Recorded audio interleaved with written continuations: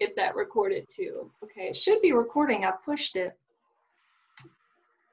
Now it is. I am not seeing a chat box though.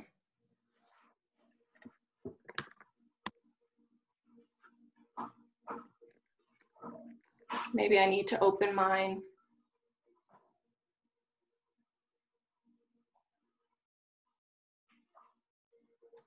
All right. Sorry, you guys. Thanks for your patience as we get through. Okay, so here we go. Okay, awesome. So tell me what you're struggling with, and if you want to write it in the chat box, that would be awesome. And I'll try to tailor what it is that we're talking about. Is it loneliness? Is it learning? Is it trusting someone else? Is it finding new relationships and they end up the same as your other relationships? I feel like that's a pattern with many people. So if you want to just write in the chat box kind of what you want to discuss and how I can help you with that, whether it's loneliness, learning to trust. Yeah, so being willing to give another chance to someone, being able to stop breaking the pattern. I think for many people, they continue the same cycles over and over and over. Letting go of a betrayal. Yeah, overcoming betrayal. Yeah, that's a good one. That's a tough one too. I think that betrayal can be like a traumatic event and it can really trigger some deep-seated issues within us. So great. So I'm going to check in here and remove the chat box. Feelings of emotional abandonment. Yeah. Oh. Yeah. And sometimes the betrayal can trigger those abandonment issues that we're having too. Okay. Awesome. Thanks, y'all. I'm writing that stuff down. So, okay. So like I said earlier, second marriages divorce at a rate of 70%. That's because we tend to repeat our mistakes over and over and over. We tend to draw the same people back and forth, or we have the same relationship patterns, or if we have unhealed wounds inside of us, we pick a partner from that unhealed place rather than from that healed whole self, right? That's looking for a partner, and it just totally is coming from a different place. So second marriages divorce at a rate of 70%. That's the new statistic, because it used to be less than that. And I think once you throw in children and stepkids and exes and all these other factors into subsequent marriages, I mean, the divorce rate skyrockets. We're talking 70%, then 75 to 78%, and so on and so forth. Now, toxic relationships can also be extremely stressful. If you find yourself repeating the same patterns over and over and over. I actually talked with someone recently, and she had some chronic immune issues, and what she noticed that the toxic relationship she was in was like really triggering that, and she couldn't heal from it. And I really do believe our mind and body are connected. And if you're in, relationships that don't serve you, it leads to depression, chronic health issues. Women in particular are more vulnerable to heart attacks. Men who go through divorce are 250 times more, they have a 250 times higher mortality rate than married men. And men, you're more susceptible to COVID right now, which is, ironic because it also has to do with your immune system too. So it's important that you do what you can to kind of get your mental health in a really good place so that your physical health is in a good place. Because I really do believe that our mental well-being and our physical well-being are interrelated. Someone is making a comment, 70% statistic is crazy. It makes me not want to marry again. But if you can break the pattern, it is scary because I'm a stepmom. So I'm a stepmom and I am remarried. And that statistic scared me too. I'm not even going to lie. It took me a couple of years before I said yes to my husband. I'm not going to lie. But what I learned from the mistakes from before, helped me. And also this time knowing that divorce was not an option. this time around, I was actually more consciously committed to doing what it takes. I didn't take things for granted. I think the first marriage I took for granted, and I don't take it for granted anymore.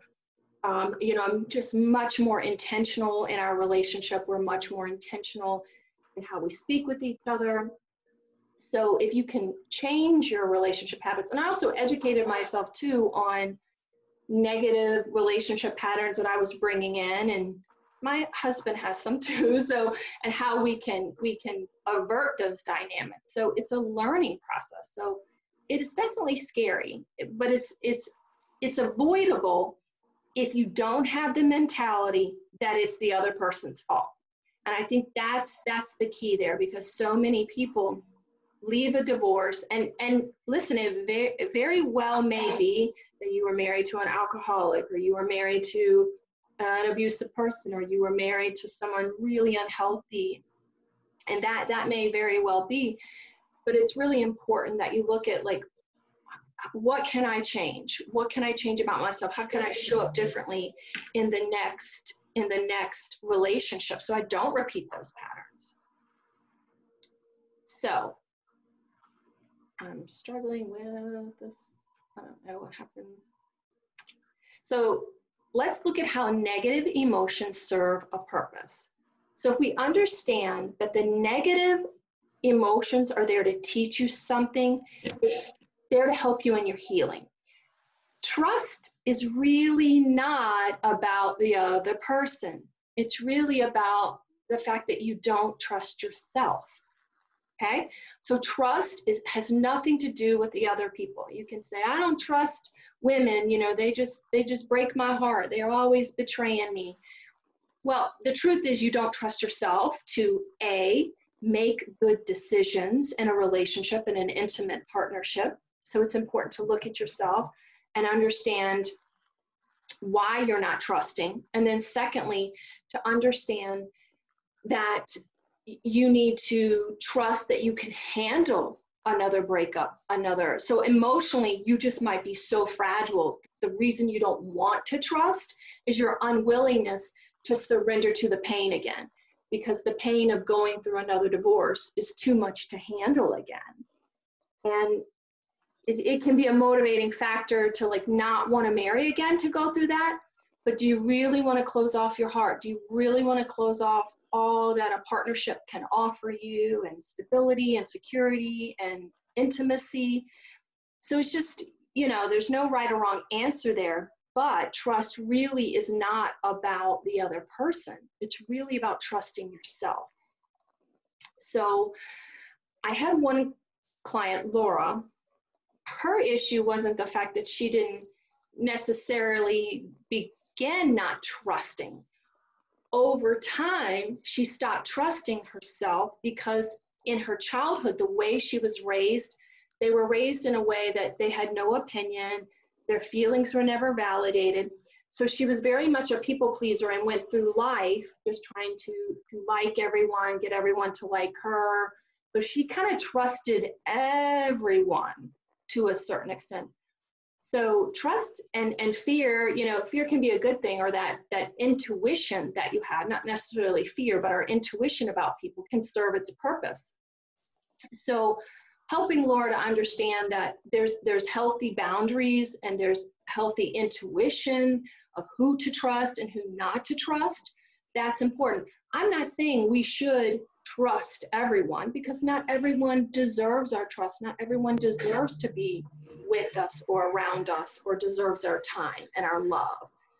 But what we need to understand is what those emotions are there to teach us. Trust is not really about the other person. It's you to look inward and think, can I handle this? Am I making good decisions in a partner? If I'm not trusting, what do I need to do in order to open my heart again? If I'm too trusting, if I go out and date everyone, maybe I need to look at that and figure out why I'm not able to see the red flags that are there in front, and I'm being taken advantage of, like the way my client Laura was. It was more of a matter of her being taken advantage of and not valuing herself. So the negative emotions served a purpose to teach her I need to build some healthy boundaries. I don't need to people please, those types of things.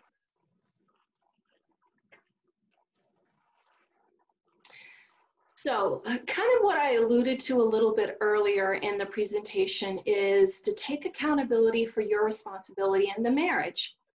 This is not about blame. I don't ask you to blame the other partner or take all the blame yourself. I totally understand that marriage is 50-50 in terms of like, you got to give, you got to have a partner that's willing to give, you've got to give in that sense. But taking accountability for your role in your marriage, like with Laura, understanding that, wow, you know, I chose a partner out of that little girl that was looking for validation, that people pleaser. And there were times when I sacrificed what I really wanted for him. And over time that just devolved. So by recognizing that, she could take her power back. She was no longer a victim to her ex-husband. She could take responsibility for herself and change and be more honest in her relationships and be more honest with herself, because that was the key there. The truth was she really wasn't honest with herself. So she needed to learn how to value herself, love herself, so she could be honest with herself and others. And when you blame others, you give up your power, right? You become a victim to them.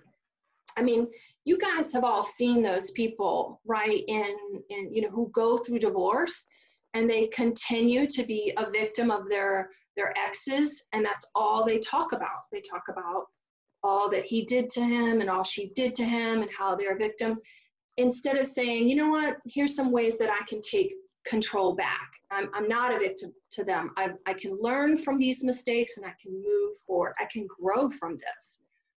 So my client, Linda, she struggled with leaving a very controlling husband. And what she recognized as a little girl, she was very invisible and kind of treated, these are her terms, but kind of like a servant. So she ended up growing up and finding a man who was very much like her father.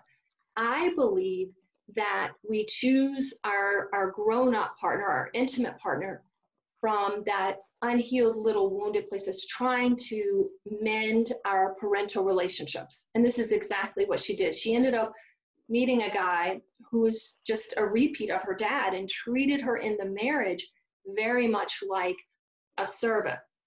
And what was interesting is during the dating, there were signs. And now, of course, she can look back at, with, you know, 20/20 hindsight and recognize, oh, here were the signs. Here were all the signs, but I chose not to see that.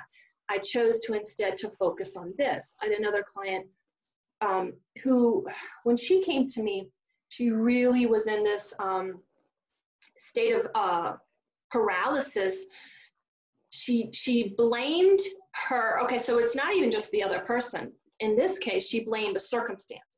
It was a family death or this accident or something. It was a very weird, tragic kind of event that happened in the family. And she was consumed with blaming her divorce on this event. But when we really dissected, like, okay, well, why were you with your husband? What did he give you that you needed? Where did you see? The truth was, she actually was in a lot of denial about the fact that he stole money. He gambled their money away. He lied. Looking back, she may have even suspected some cheating, but at the time, like, that wasn't a thing. But because, like, she could look back and go, oh my gosh, but he filled this huge void in her of, like, he was very affectionate, he was very attentive, he gave her all of those things that she craved. He put her on a pedestal, so to speak, but she was ignoring all these other, like, lies that she called him in and, like, hey, what's going on with our money? Like, and then when that event happened, and again, he went off and had an affair and did it, but she blamed that event. When the truth was, she was in very much denial because she was getting, that little broken girl in her, that little wounded girl was getting all the attention, all the affection, and all the stuff that she needed from him. So she really had put on kind of blinders to how he really, really was. So I'm going to pause because I'm talking a lot and just see if there's anything in the chat box and see if I've missed anything. Anybody have anything they want to add or any questions about that? Okay. Okay. So someone has put in the chat box, I've gone back and forth, felt blame myself, and then gone back that, you know, it's her. So if we could have communicated and figured it out, it's her past, pure and simple. Yeah. Yeah. I mean, I think it's both. I think it's understanding how maybe you, not necessarily, it's not a blame. It's not necessarily a blame or even taking blame on yourself, but recognizing these are the signs maybe I missed, or, you know, maybe there's some things that next time I would communicate more, or I'd be more aware of this, and I would be more open to that in a relationship, or having healthy boundaries. Okay, some of you are saying you're taking too much of the blame on yourself in the chat box.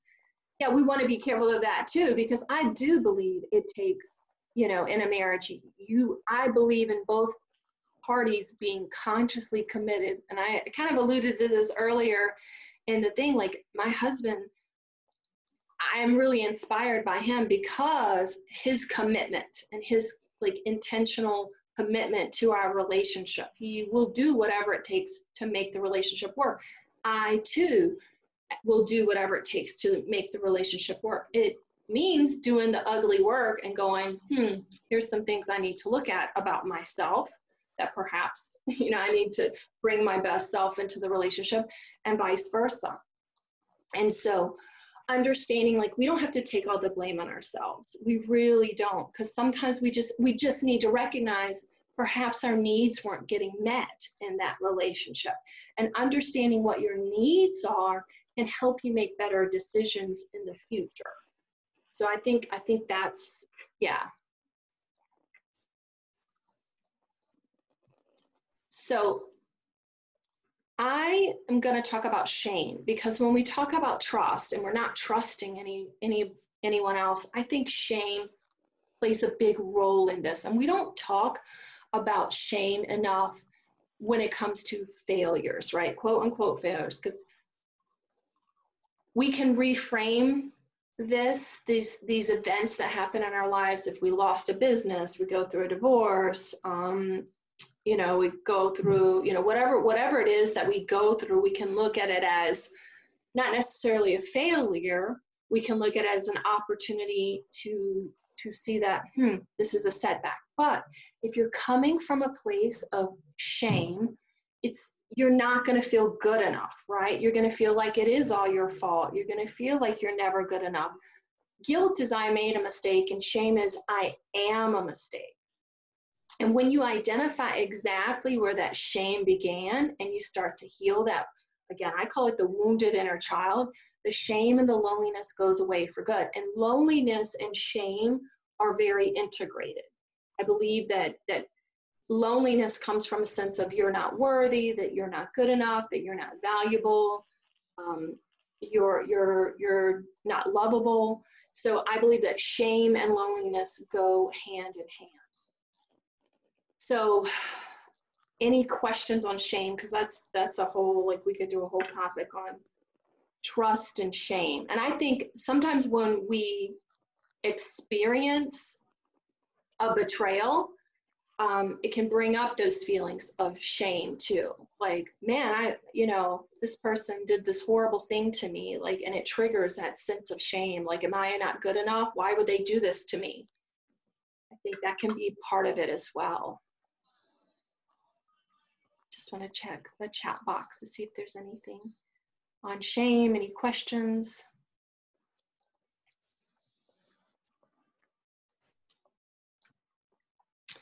So I'm really a huge believer in putting in a mindful practice. So especially when it comes to these negative emotions. I know, especially today, in today's world, we're really disconnected from nature. We're disconnected from the earth.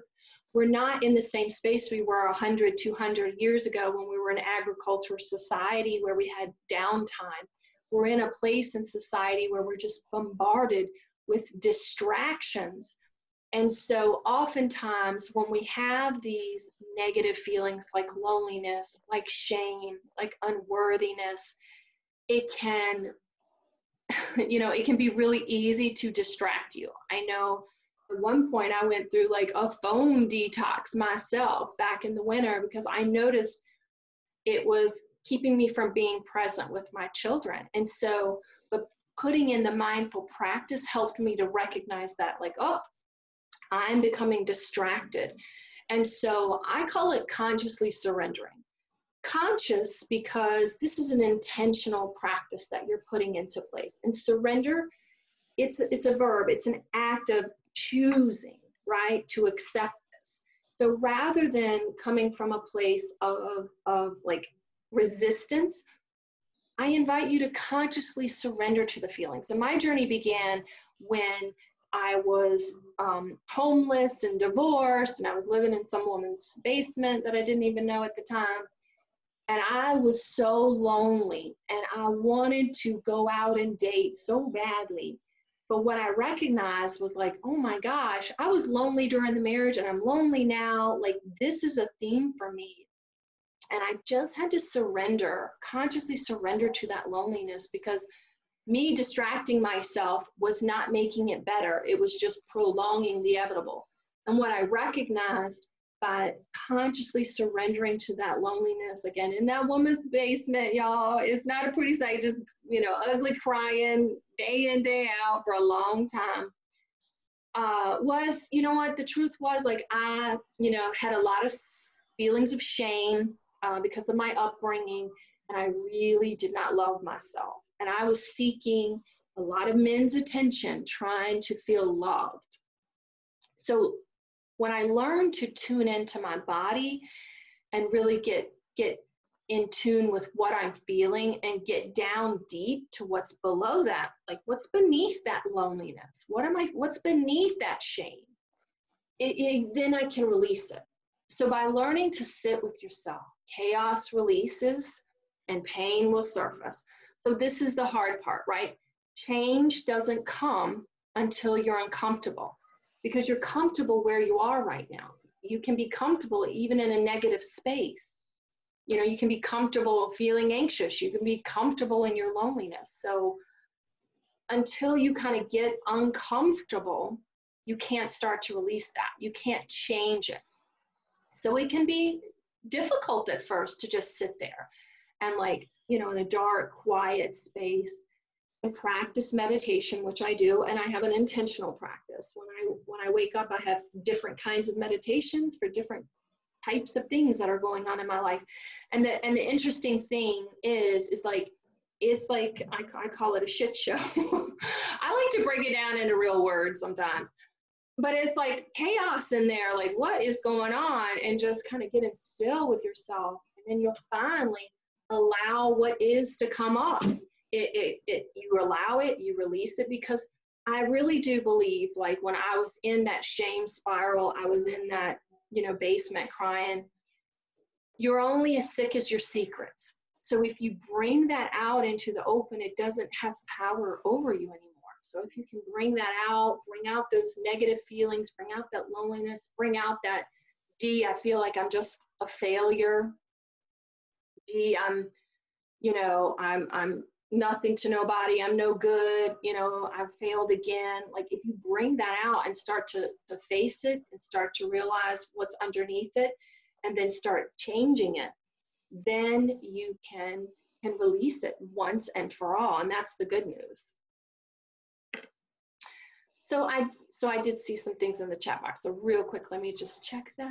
It's a little slow. I have a lot to offer. Of course, y'all have a lot to offer. Yes. So yes, and so you can be in a relationship where you're manipulated, where that, and I think that's kind of happened. It's similar to that client that had that denial. She was living in the denial about her ex-husband being this really, really great guy. But I think that she had been manipulated And understanding how she had been manipulated allowed her to get back her control again, and understanding how, oh, I was drawn to him because of his affection, his attention, his ability to make me feel good about myself, because the reality is she didn't feel good about herself because she had a childhood. She came from a very like strict, super religious childhood, kind of extreme. So she brought that into her adulthood. And again, so she just wasn't seeing the full picture. So yes, totally, you can be, but understanding yourself will help you to understand how someone can manipulate you so that you won't repeat those patterns again. So where are you triggered? What are you avoiding? These triggers, right? I call them your triggers. It's when you feel this visceral reaction to something. It's when you feel this like, oh my God, like that, I'm so angry, or I'm so hurt, I'm so this. Like if you have like a very strong reaction to something that happens to you, an event or a person or something that does something, the great news is like what I said at the beginning, this is an opportunity for you to look at those negative emotions and learn from it. So I had a interesting client. His name is Bo. He had a rejection from his wife and then dated, and it was a repeated pattern. And he would tend to have women, their pattern was to go with him and break up, and go with him and break up, and go with him and break up.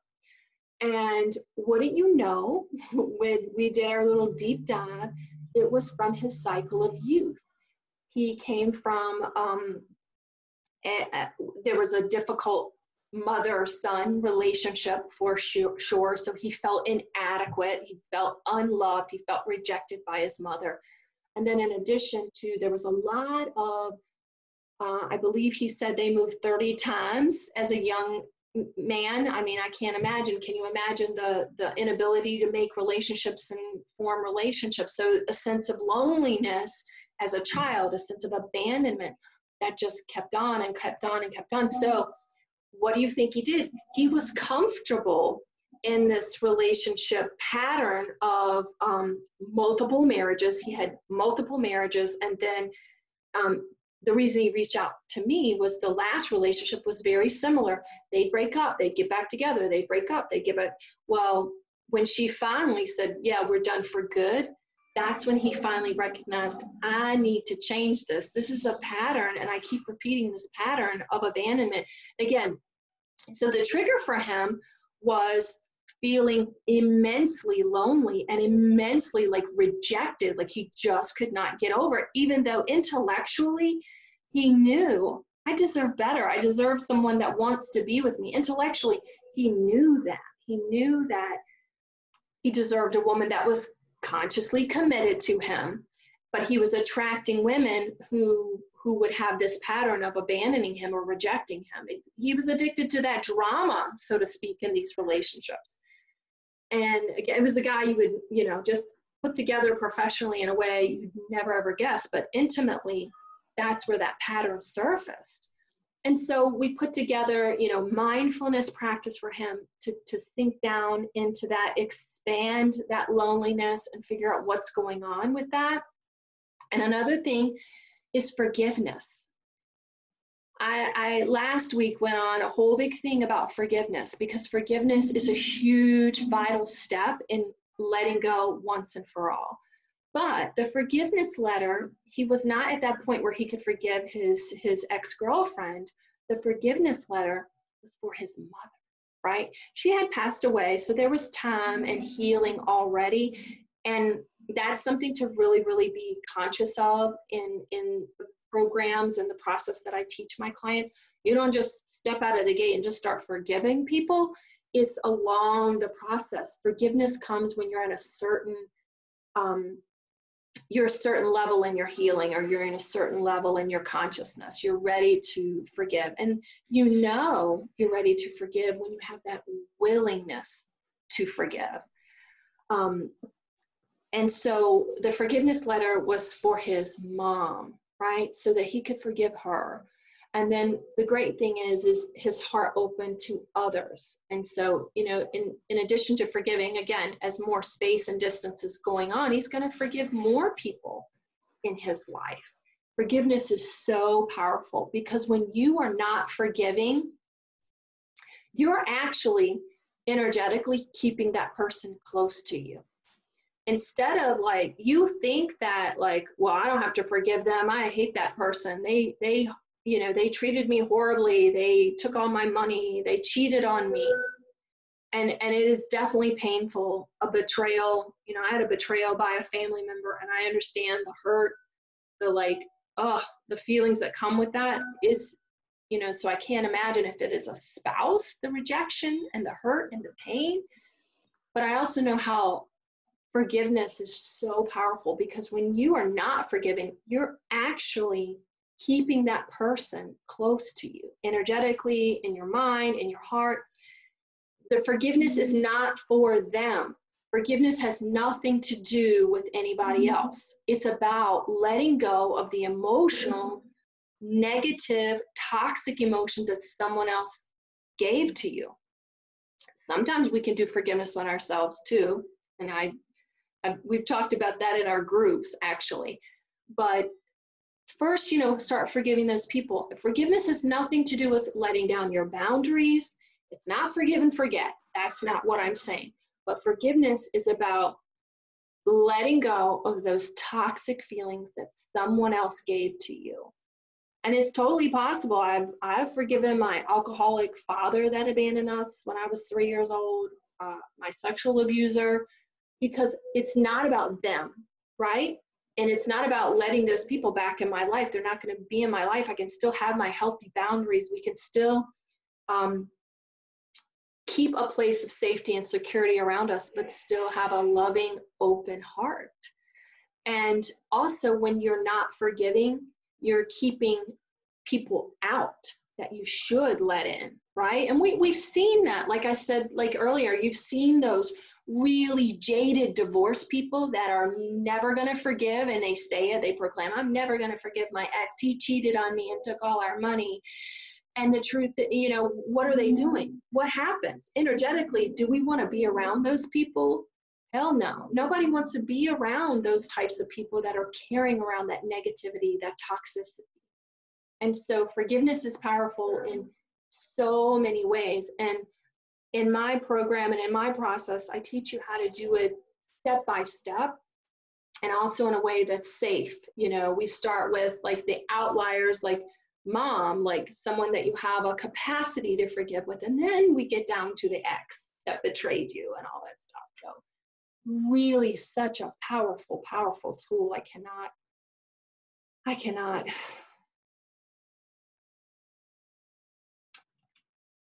Okay, so I have to close the chat box to, all right. So I want to ask you, what is it that you want to create? What do you want? Any questions on forgiveness, though? Because that's always a hot topic. I always get some pushback on that, or some questions on that. That's a big one, I think. I hope I explained that well. So to forgive, so someone has a question about, I'm not sure that it has anything to do with my childhood, but to forgive, you have to be kind of selfish. I wouldn't use the word selfish. I would use the word, actually, it's selfless, right? Because you're actually opening your capacity for others. It's like opening your heart. You're no longer closing off your heart. That's why trust and forgiveness go hand in hand. Because once you forgive that person that wronged you, then you can start to have a capacity for other people to get into your heart, to come into your heart. It allows you to love others, and it allows you to let people be. Does forgiveness need to be two ways? Hell no. Oh my God, no. Someone can be totally toxic. They're never going to change. They're never going to admit that they ever did anything wrong. You know, absolutely not. I'll use me as an example in this, because this is the family member. The family member will never, ever, ever admit that they did anything wrong. And that's, I know that, nor do I need that in order to forgive, because forgiveness is not about that family member. It's about me being close to my children.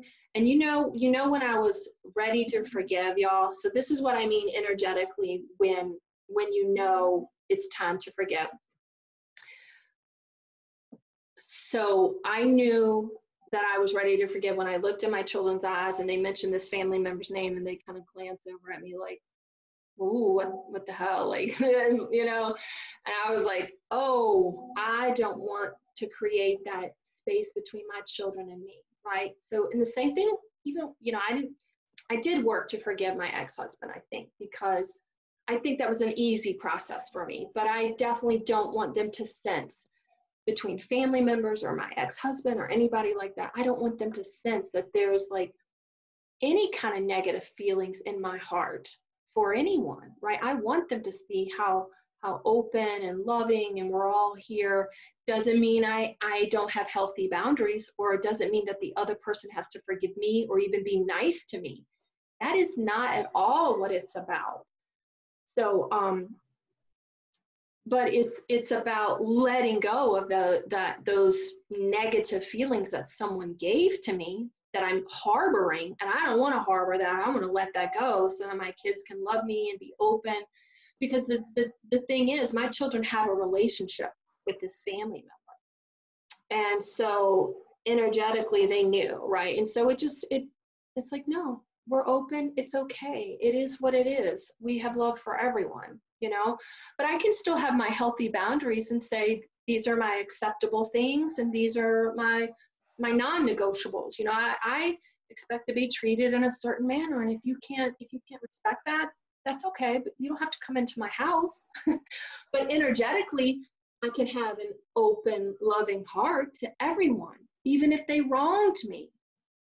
So being selfless is what led me to this place. I cared for her so much. Yeah. So that's exactly what I'm saying. So you want to make sure that you are not allowing anyone to use you or abuse you or take advantage of you, right? I'm not going to allow this family, even though energetically I've forgiven and it's all fine. This person is who they are. I'm not going to change it. I'm not going to ask anything, but that person doesn't have to come into my house, right? We don't have to do that. So yes, I teach my clients that you need healthy boundaries. It is totally acceptable to have healthy boundaries, right? So I'm never, ever, ever going to talk to that sexual abuser again, like never. But it's like the forgiveness is for me, you know, not for him. It's about me forgiving, so I'm not feeling around those feelings of shame and you know, abuse and being used and all that stuff. So this is for me, not for him. So you should have healthy boundaries, absolutely, but we shouldn't carry around those negative feelings. And again, forgiving yourself, you know, it sounds like, you know, that's part of this process too, is forgiving yourself. Like, you know, I forgive myself for, you know, whatever the things that I did that may have contributed to a situation. You know, that self-compassion. We have to forgive ourselves too. I recently was talking with a client, the same one with the mother, and that was, we're now in the journey, we're now in his consciousness where he's working on his forgiveness letter this weekend. He's taking a trip and working on his forgiveness letter to himself. He's at that point in his journey where he was kind of carrying around a lot of feelings of guilt and like, I should have done this and I should have done that, and I, you know, blah, blah, blah. And so forgiving himself for that is important too. And same here, I had to forgive myself for my divorce and some other things. But yeah, forgiving yourself. So it's this whole process. And I use a template that I got from Jack Canfield, where it takes you step by step and it helps you to examine those unexamined feelings, that it's not just about being angry or being mad or being hurt or being betrayed. It really takes you step by step through your fears, through love. I mean, it's a beautiful letter. So what do you want your life to look like, right? Do you want to trust again so you can have a partner? Do you want to start trusting yourself? Do you want to feel at peace? I think for a lot of people, they say, oh, I just want to be happy. And the truth is, I think you just want to feel at peace, because happiness comes and goes. But if we can just feel at peace in our heart, no matter what the external circumstances are, no matter if someone betrays us or someone lies to us or someone does something, then that's what we're all longing for. We're longing for that sense of peace. And someone is asking, does someone need to say I'm sorry first? Absolutely not. Some people will never even take responsibility for themselves, because forgiveness is not for them, it's for you, right? If forgiveness has nothing to do with anybody else being sorry.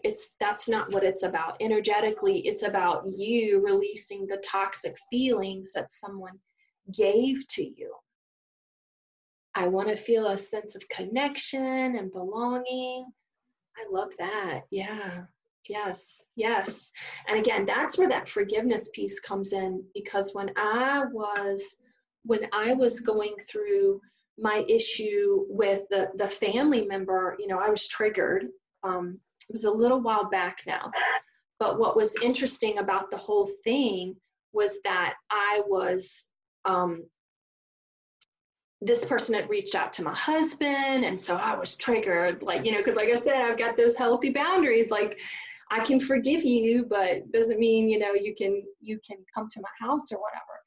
And what I noticed was I had these expectations on my husband, like, you need to protect me. I need to feel, I was putting the shoulds on him. Like, you should do this, you should do that.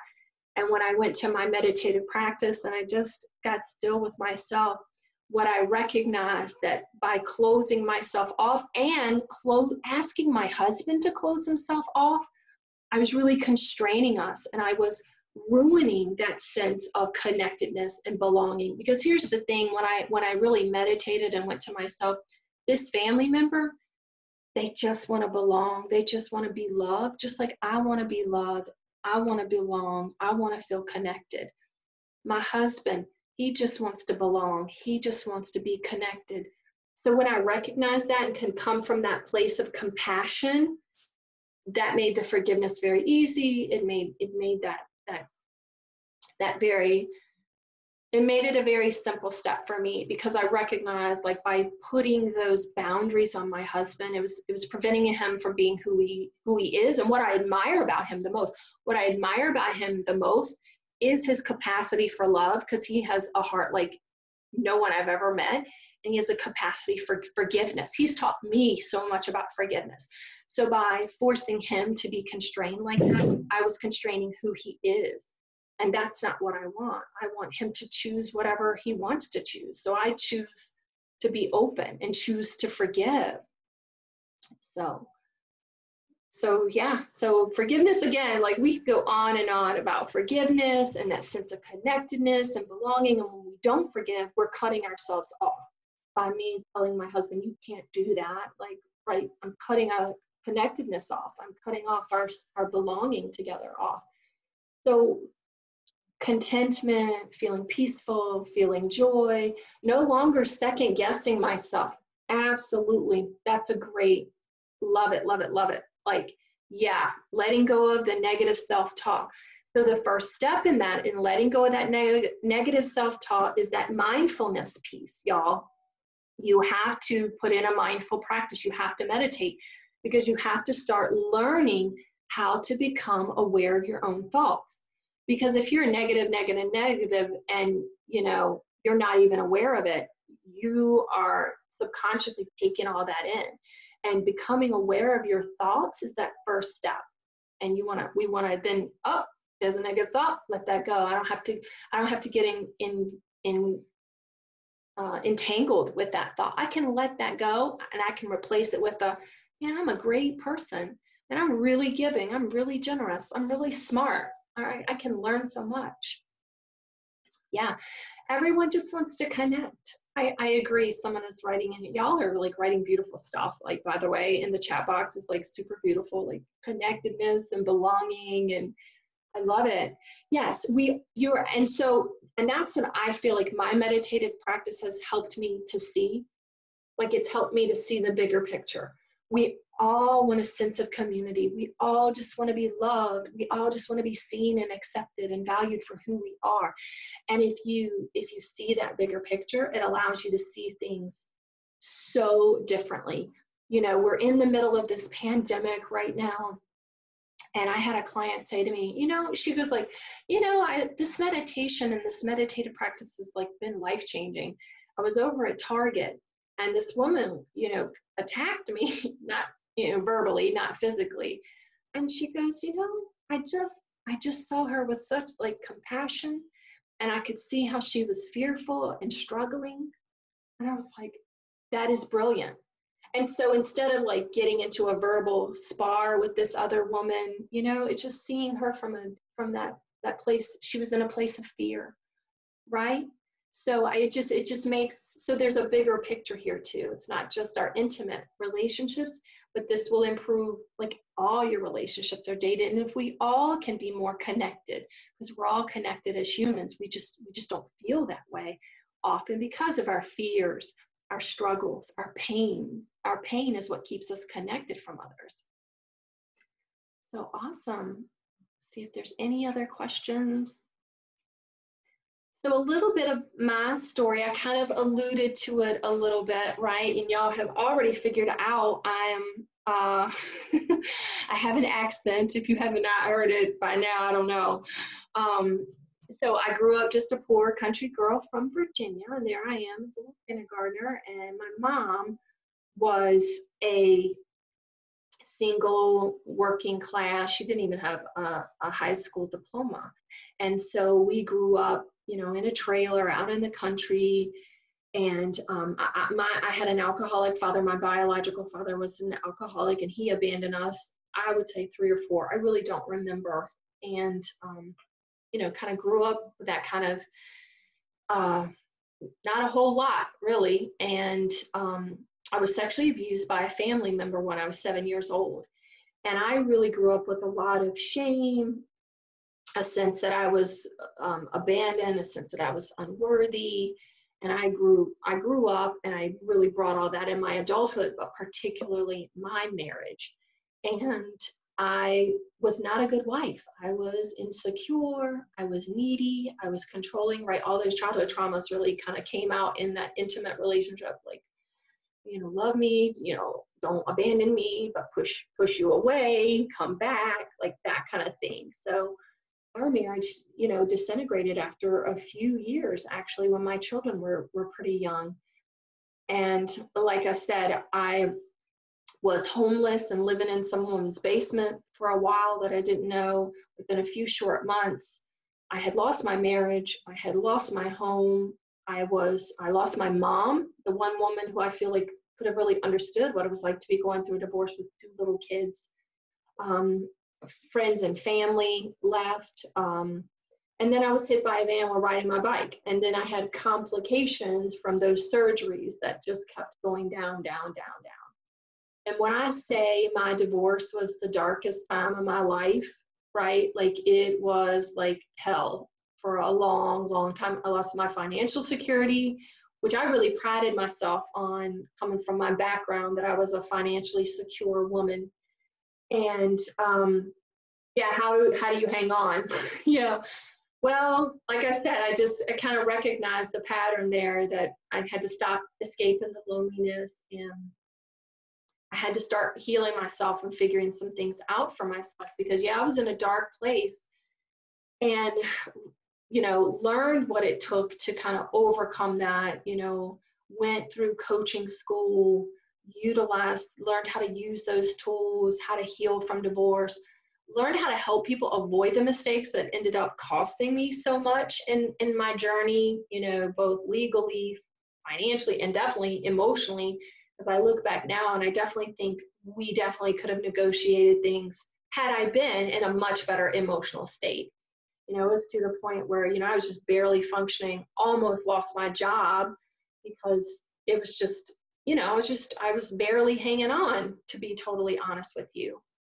And so, but I came through it and I learned, hey, here's some things to get through this. Here's some things to heal and to do this better, right? Here's some things that you can learn from this relationship. And here's some ways that you can change yourself so that the next relationship is better. And, you know, overcame it, you know, and now I can say, you know, I'm a national speaker. I speak on stages, used to, all over the country, especially divorce professional groups and women's groups in particular, and have written 2 books, which I have over here, that have like more tips and strategies for overcoming adversity. And, you know, I was lucky in that I partnered with some other women who'd been through circumstances, not necessarily divorce, but, you know, losing a child and going through divorce and losing a business, like all those things that kind of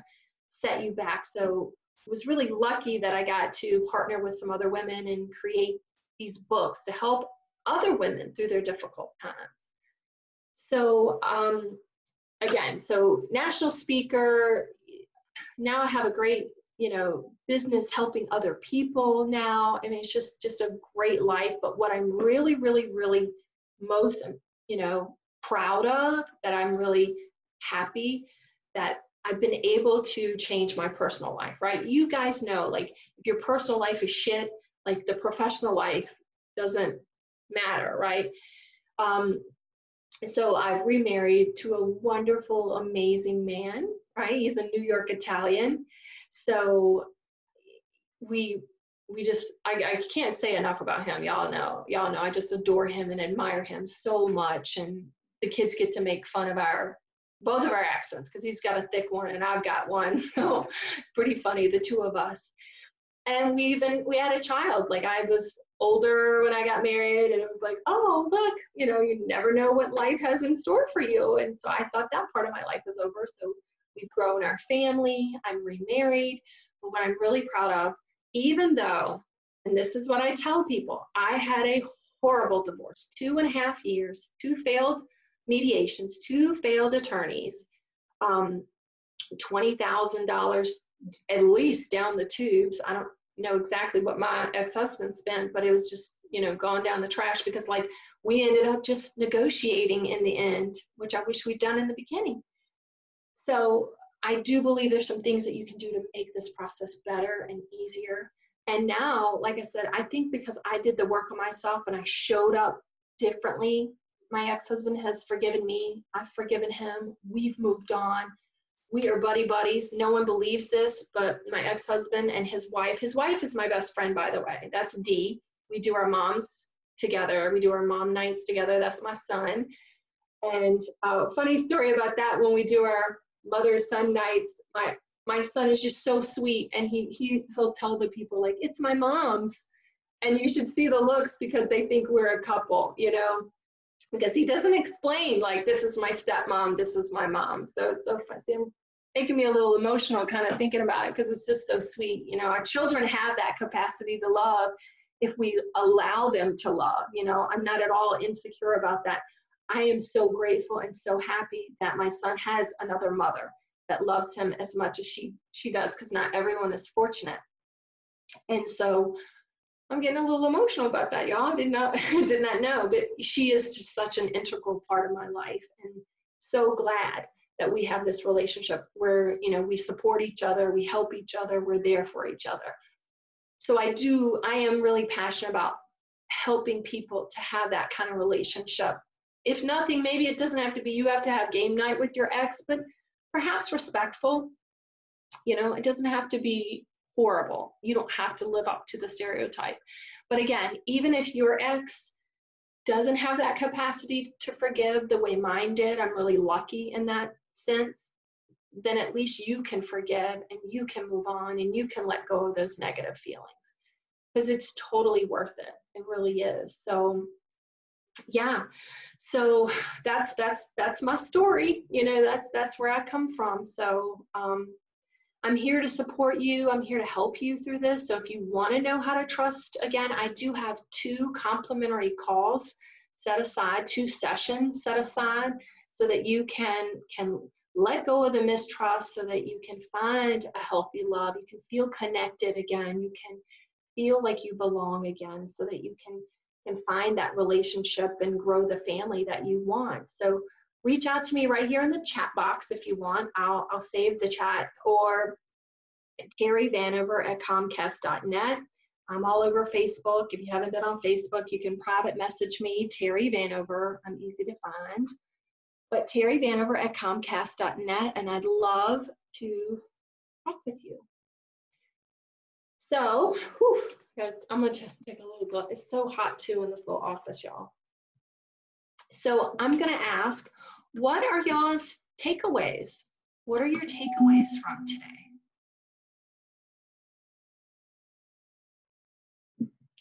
And I'll put my email in there too in case anyone wants it.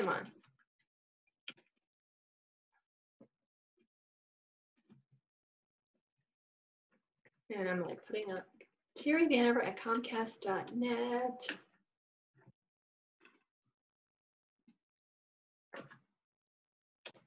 All right, so there's my email address. Okay.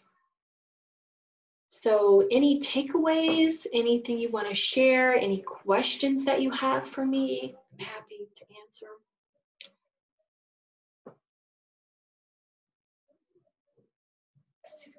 You can put it in the chat box.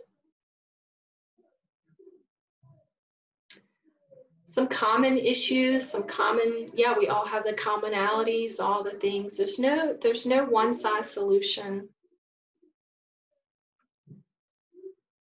Okay, awesome. So we all have things we can work on. Yeah, you know, even the most enlightened people, they still are working on, you know, whatever their triggers are, whatever their issues are. We all have those things within us that we continue to work on and become the best version of ourselves. All right, well, if I don't see any more questions or anything else, I'm gonna let y'all go. Thank you for giving me an hour of your time. I really appreciate it. Reach out to me at Terry Vanover at Comcast.net, or find me on Facebook. Love to talk with you and about your specific, you know, situation too, and how to help get you through that. So, all right, thanks so much. Y'all have a great week. I'll see you next week, hopefully. All right, talk to you soon.